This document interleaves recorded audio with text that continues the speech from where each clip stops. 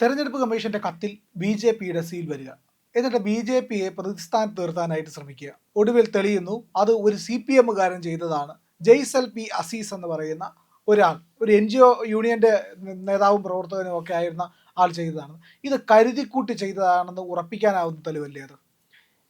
ഈ തെരഞ്ഞെടുപ്പ് കമ്മീഷൻ ഭരണഘടനാപരമായി പ്രവർത്തിക്കുന്ന സ്ഥാപനം എന്നുള്ള നിലയ്ക്ക് തെരഞ്ഞെടുപ്പ് കമ്മീഷനെ ഏതെങ്കിലും തരത്തിൽ സ്വാധീനിക്കുന്നു ബി.ജെ.പി എന്നുള്ള പ്രചരണം വളരെ കാലങ്ങളായി കോൺഗ്രസിൻ്റെ ഭാഗത്തു നിന്നാണെങ്കിലും ഇടതുപക്ഷത്തിൻ്റെ ഭാഗത്തു നിന്നാണെങ്കിലും ഒക്കെ നടത്തിക്കൊണ്ടിരിക്കുകയാണ്.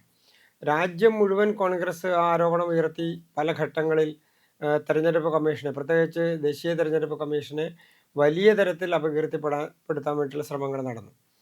കോടതി പോയി, എത്രയോ ഘട്ടങ്ങളിൽ കോടതി പോയി.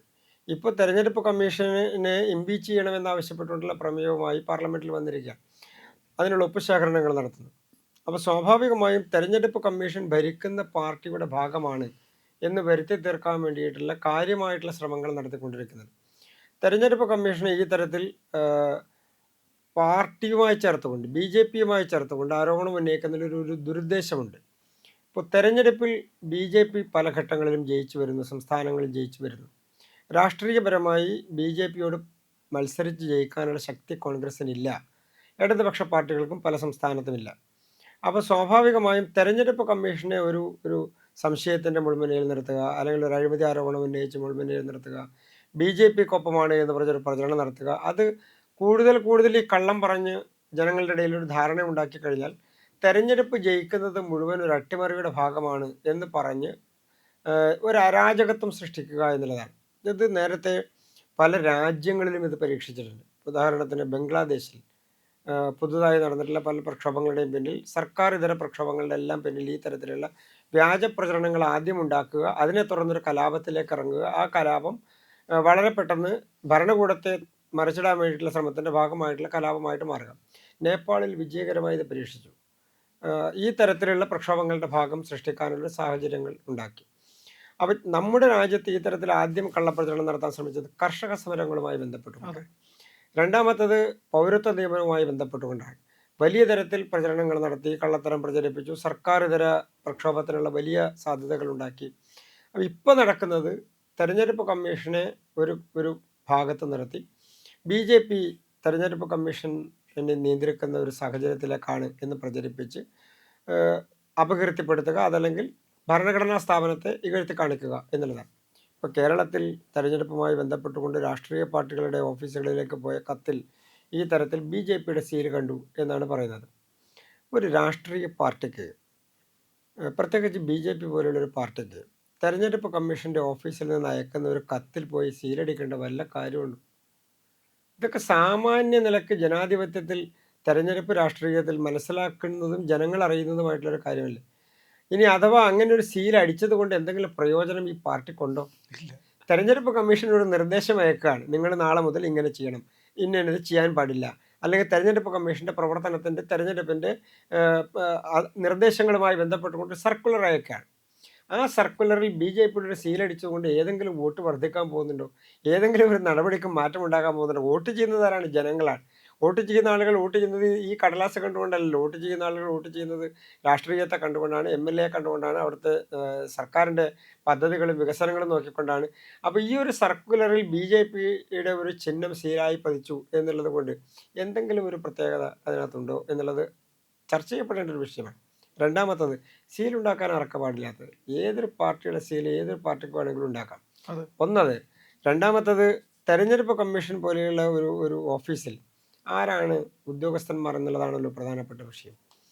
ഇപ്പോൾ ഏത് സംസ്ഥാനത്തും തെരഞ്ഞെടുപ്പ് കമ്മീഷൻ്റെ ഉദ്യോഗസ്ഥന്മാർ എന്ന് പറയുന്നത് ആ സർക്കാരുമായി ബന്ധപ്പെട്ടുകൊണ്ട് നിൽക്കുന്ന ഉദ്യോഗസ്ഥന്മാരാണ്. തെരഞ്ഞെടുപ്പ് കമ്മീഷന് പ്രത്യേകമായ ഉദ്യോഗസ്ഥന്മാരില്ല. ഇത് ജനങ്ങളെ തെറ്റിദ്ധരിപ്പിക്കലാണ്. ഇപ്പോൾ തെരഞ്ഞെടുപ്പ് കമ്മീഷൻ ഇങ്ങനെ പ്രവർത്തിക്കുന്നു എന്ന് പറഞ്ഞാൽ, തെരഞ്ഞെടുപ്പ് കമ്മീഷൻ എന്ന് പറയുന്നത് ഒരു പ്രത്യേകമായിട്ടുള്ള ഒരു ചെറിയ അംഗങ്ങൾ ഉൾപ്പെടുന്ന ബോഡി മാത്രമാണ്. ആ ബോഡിക്ക് അപ്പുറത്തേക്ക് അവർക്ക് അതിൻ്റെ പ്രവർത്തനത്തിന് വേണ്ടി ഉദ്യോഗസ്ഥന്മാരില്ല. ഉദ്യോഗസ്ഥന്മാരെന്ന് പറയുന്നത് അതാത് സംസ്ഥാന ഗവൺമെൻറ്റിൻ്റെ ഭാഗമായി നിൽക്കുന്ന ഉദ്യോഗസ്ഥന്മാരാണ് തെരഞ്ഞെടുപ്പ് കമ്മീഷൻ്റെ പ്രവർത്തനങ്ങളുടെ ഭാഗമായി വരുന്ന ഉദ്യോഗസ്ഥന്മാർ. അവർക്ക് രാഷ്ട്രീയം ഉണ്ടാവുക എന്നുള്ളതും അവർ രാഷ്ട്രീയ ചായ്വോടുകൂടി പ്രവർത്തിക്കുക എന്നുള്ളതും സ്വാഭാവികമായും സംഭവിക്കുമോ എന്ന് ചോദിച്ചാൽ ചർച്ച ചെയ്യപ്പെടേണ്ട ഒരു വിഷയമാണിത്. സാധാരണ നിലക്ക് സാധ്യതയില്ല. കാരണം നിയന്ത്രിക്കുന്നതെല്ലാം തെരഞ്ഞെടുപ്പ് കമ്മീഷൻ നേരിട്ടായതുകൊണ്ട് സാധ്യത കുറവാണ്. പക്ഷേ ഈ തരത്തിലൊരു വലിയ കള്ളത്തരം, വലിയൊരു തട്ടിപ്പ്, ചതി, വഞ്ചന ഇതൊരു പൊളിറ്റിക്കൽ പാർട്ടിയോട് ചെയ്യണമെങ്കിൽ അത്രയും ഗൗരവതരമായി ഒരു പാർട്ടിയെ പ്രശ്നത്തിൽപ്പെടുത്തണമെന്ന് ആലോചിക്കുന്ന വലിയ ഗൂഢാലോചനയുടെ ഫലമായി മാത്രമേ അങ്ങനെ സാധിക്കൂ. ഇല്ലെങ്കിൽ ഒരു പൊളിറ്റിക്കൽ പാർട്ടിയുടെ സീല് ഒരു സർക്കുലറിൽ പതിയേണ്ട സാഹചര്യം നിലവിലില്ല. അപ്പോൾ അതൊരു വലിയ ഗൂഢാലോചന കൂടിയാണ്. അങ്ങനെ ഒരു ഗൂഢാലോചന ഇല്ലെങ്കിൽ ഇങ്ങനൊരു സീല് വരില്ല. അങ്ങനെയാണെങ്കിൽ തെരഞ്ഞെടുപ്പ് കമ്മീഷൻ ഇറക്കുന്ന സർക്കുലറിൽ അത് വേണ്ടേ? മറ്റ് നടപടികളിൽ അത് വേണ്ടേ? ഇലക്ഷൻ നോട്ടിഫിക്കേഷനിൽ അത് വേണ്ടേ? മറ്റ് സ്ഥാനാർത്ഥികൾക്ക് ചിഹ്നം അനുഭവിക്കുന്നതിൽ അത് വേണ്ടേ? അല്ലെങ്കിൽ അതിൻ്റെ നടപടിക്രമങ്ങളിൽ വേണ്ടേ? ഇതൊന്നും അല്ലല്ലോ. പൊളിറ്റിക്കൽ പാർട്ടിക്ക് അയാൾക്ക് അയച്ചിരിക്കുന്ന ഒരു ഇൻഫർമേഷൻ ലെറ്റർ മാത്രമാണത്. അതെ. അപ്പോൾ അതൊരു പ്രചരണത്തിനുള്ള ഭാഗമാണ്. അതായത് കേരളത്തിൽ തെരഞ്ഞെടുപ്പിൽ BJP എന്തോ ഇടപെടാൻ വേണ്ടി ശ്രമിക്കുന്നു എന്നുള്ള പ്രചരണം നടത്തുക. പക്ഷെ അത് പൊട്ടത്തരമായിപ്പോയി, ഒരു പാളിപ്പോയ ശ്രമമായിരുന്നു അത്.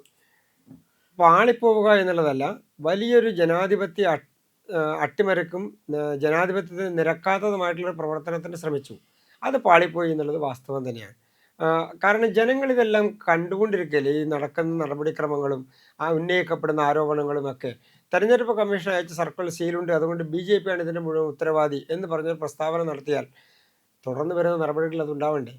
തെരഞ്ഞെടുപ്പ് കമ്മീഷൻ അന്ന് തന്നെ നടപടിയെടുക്കുന്നു, അതുമായി ബന്ധപ്പെട്ട അന്വേഷണം പ്രഖ്യാപിക്കുന്നു, കൃത്യമായ നടപടിയിലേക്ക് കടക്കുന്നു. അത് മാത്രമാണ് തെരഞ്ഞെടുപ്പ് കമ്മീഷൻ സാധാരണ നിലയ്ക്ക് ചെയ്യുന്ന ഒരു അഡ്മിനിസ്ട്രേറ്റീവ് ആയിട്ടുള്ള പ്രൊസീജിയർ എന്ന് പറയുന്നത് അതാണ്. അതവിടെ അവർ കംപ്ലീറ്റ് ചെയ്തു. ഈ ആരോപണം ആരാ ഉന്നയിക്കുന്നത്? കാലങ്ങളോളം തെരഞ്ഞെടുപ്പ് കമ്മീഷൻ നിയന്ത്രിക്കാൻ പറ്റുമോ എന്ന് പരീക്ഷിച്ച് പരാജയപ്പെട്ട ആളുകൾ, അല്ലെങ്കിൽ ശ്രീ TN ശേഷൻ തെരഞ്ഞെടുപ്പ് കമ്മീഷൻ ആകുന്നത് വരെ നമ്മുടെ രാജ്യത്ത് തെരഞ്ഞെടുപ്പ് കമ്മീഷനെ എങ്ങനെയാണ് നിയന്ത്രിക്കപ്പെട്ടിരുന്നത്, എന്തൊക്കെ നടപടികളാണ് തെരഞ്ഞെടുപ്പ് കമ്മീഷനെ കൊണ്ട് തെറ്റായി ചെയ്യിപ്പിച്ചുകൊണ്ടിരുന്നത് എന്നുള്ള എല്ലാവർക്കും അറിയുന്ന കാര്യമല്ലേ. ഇന്ന് തെരഞ്ഞെടുപ്പ് കമ്മീഷൻ രാജ്യത്തെ ഭരണഘടനാപരമായി പ്രവർത്തിക്കുന്ന ഏറ്റവും സുതാര്യമായിട്ടുള്ള സുശക്തമായിട്ടുള്ള തെരഞ്ഞെടുപ്പുകൾ സുതാര്യമായി നടത്താൻ കഴിയുന്ന ഒരു വലിയ ഭരണഘടനാ സ്ഥാപനമാണ്. ഇത്രയും കോടിക്കണക്കിന് വരുന്ന വോട്ടർമാരുള്ള ഒരു രാജ്യത്ത് ഒരു പ്രശ്നങ്ങളും ഉണ്ടാകാതെ, നാട്ടിൽ രാഷ്ട്രീയത്തിൻ്റെ ഭാഗമായ ആളുകൾ എന്തെങ്കിലും ശാരീരികമായ അക്രമങ്ങളോ അല്ലെങ്കിൽ ഏതെങ്കിലും തരത്തിലുള്ള വിദ്വേഷ പ്രസംഗങ്ങളോ ഒക്കെ നടത്തുന്നു എന്നുള്ളത് ഒഴിച്ചു മാറ്റി നിർത്തിക്കഴിഞ്ഞാൽ തെരഞ്ഞെടുപ്പിലൊരു അക്രമമോ തെരഞ്ഞെടുപ്പിലൊരു വലിയ സാമൂഹിക പ്രശ്നമോ രാഷ്ട്രീയ പ്രശ്നമോ ഒന്നുമില്ലാതെ എത്ര ജനാധിപത്യപരമായിട്ടാണ് നമ്മുടെ 100 കോടിയിലും അധികം വരുന്ന ആളുകൾ പല ഘട്ടങ്ങളിലായി വോട്ടുകൾ രേഖപ്പെടുത്തുന്നത്. അപ്പോൾ അത്രയും വലിയൊരു ജനാധിപത്യ പ്രക്രിയ ലോകത്ത് ഒരു രാജ്യത്തുമില്ല. അത്രയും സുതാര്യമായി നടക്കുന്നൊരു പ്രക്രിയ. അതിനെയാണ് കാലങ്ങളായി അട്ടിമറിക്കാനുള്ള ശ്രമങ്ങൾ നടത്തിക്കൊണ്ട്. ജയിക്കാൻ പോകുന്നൊരു അട്ടിമറി ചർച്ചയോ അല്ലെങ്കിൽ അതിനു വേണ്ടിയിട്ടുള്ള ശ്രമമോ അല്ല. പക്ഷേ എന്നാലും അതൊരു രാഷ്ട്രീയപരമായ ആരോപണം ഉയർത്തുക എന്നുള്ളതാണ് അതിൻ്റെ പിന്നിലുള്ളൊരു ചേതോവികാരം. ഇവിടെ ഇപ്പോൾ ഉയർത്തിയ ഒരു വിഷയം, ഉദ്യോഗസ്ഥനെ സസ്പെൻഡ് ചെയ്യപ്പെട്ടു. അപ്പോൾ ആ ഉദ്യോഗസ്ഥൻ്റെ രാഷ്ട്രീയം എന്താണ് എന്നുള്ളത് പറയാൻ എന്തിനാ മടിക്കുന്നത്? NGO യൂണിയന്റെ ആളാണ്. NGO യൂണിയന്റെ ആളാണ്. ഞങ്ങളുടെ SFIയിലും DYFIയിലും കൂടെ പ്രവർത്തിച്ചു വന്ന ആളാണ് JSLP അസീസ്. അത് പക്ഷേ ഒരു പ്രശ്നം പറ്റിപ്പോയി. CPM ഉപയോഗിക്കുമ്പോൾ സാധാരണ ബുദ്ധിയുള്ള ആൾക്കാരായിരിക്കും ഇതിൽ ഉപയോഗിക്കുന്നത്. ഇതിപ്പോ സുഡാപ്പി ആയിരുന്നു. CPM-ൽ നുഴഞ്ഞേറിയ ഒരു സുഡാപ്പിക്ക് വലിയ ബുദ്ധിയില്ലായിരുന്നു, അതുകൊണ്ട് ഇങ്ങനെ പിടിക്കപ്പെട്ടു. സ്വാഭാവികമായും ആ തരത്തിലൊരു കത്തിലൊരു സീല് പതിച്ചു എന്നുള്ളത് കൊണ്ട് ഒരു മാറ്റവും തെരഞ്ഞെടുപ്പിൽ ഉണ്ടാകാൻ പോകുന്നില്ല, തെരഞ്ഞെടുപ്പ് പ്രക്രിയയിൽ ഉണ്ടാകാൻ പോകുന്നില്ല. പിന്നെ ഒരു പ്രചരണം നടത്താം, നല്ലതാണ്.